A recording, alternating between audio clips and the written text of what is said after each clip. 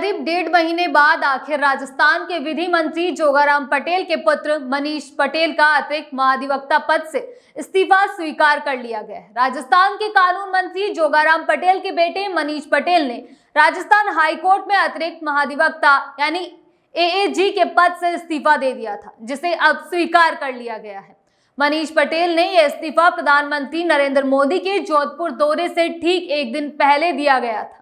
प्रधानमंत्री जोधपुर हाईकोर्ट की platinum jubilee कार्यक्रम में शामिल होने के लिए 25 अगस्त को एक दिवसीय दौरे पर जोधपुर आए थे। इससे ठीक एक दिन पहले 24 अगस्त को मनीष पटेल ने इस्तीफा दे दिया था। भाजपा सरकार में कैबिनेट मंत्री किरोड़ीलाल मीणा ने भी अपना इस्तीफा दिया हुआ है, लेकिन मीणा का इस्तीफा अभी तक स्वीकार नहीं किया गया है, जबकि कैबिनेट मंत्री जोगाराम पटेल के बेटे मनीष पटेल का इस्तीफा स्वीकार कर लिया गया है।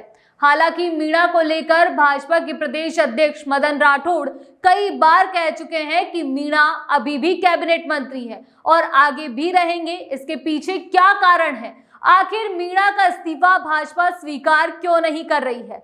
क्या बीजेपी को कोई डर सता रहा है? क्योंकि किरोड़ीलाल मीणा एक ऐसे नेता है जो हमेशा से ही जनता के मुद्दों को लेकर चर्चाओं में रहे हैं और मुद्दों को उठाते रहे हैं। क्या बीजेपी किरोड़ीलाल मीणा को लेकर कोई फैसला नहीं कर पा रही है? क्या मीणा को मंत्री पद से हटाना बीजेपी के लिए नुकसानदायक साबित हो सकता है? क्या बीजेपी नहीं चाहती कि जनता का भरोसा उन पर से उठे? मीणा एक ऐसे नेता हैं जो जनता के बीच जाकर जनता का काम करना पसंद करते हैं।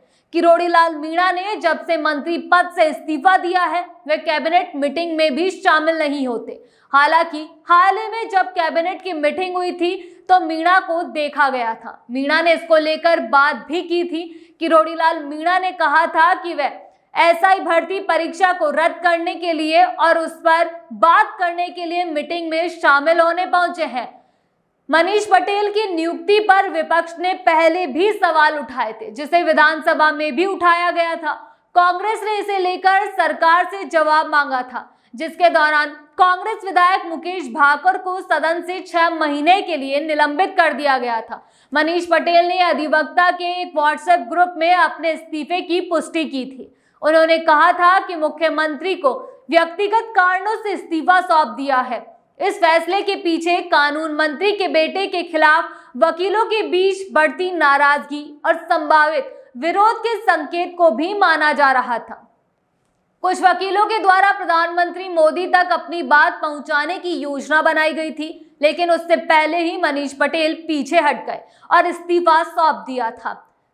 इससे पहले नेता प्रतिपक्ष टीकाराम जूली ने विधानसभा में सरकारी अधिवक्ताओं की नियुक्ति का मुद्दा उठाया था। उन्होंने आरोप लगाया था कि नियुक्तियां पुरानी भारतीय नागरिक सुरक्षा संहिता के तहत की गई थी, जबकि नई संहिता लागू हो चुकी थी।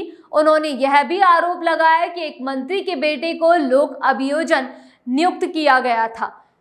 विपक्ष के आरोपों का जवाब देते हुए पूर्व में संसदीय कार्य मंत्री जोगाराम पटेल ने कहा था कि मनीष पटेल की नियुक्ति योग्यता के आधार पर हुई थी और विपक्ष के आरोप निराधार हैं। सत्ता पक्ष के मुख्य सचेतक जोगेश्वर गर्ग ने भी इस पर बात की थी और उन्होंने कहा था कि नियुक्ति योग्यता के आधार पर ही हुई होगी और मंत्री का बेटा होना कोई अपराध नहीं है।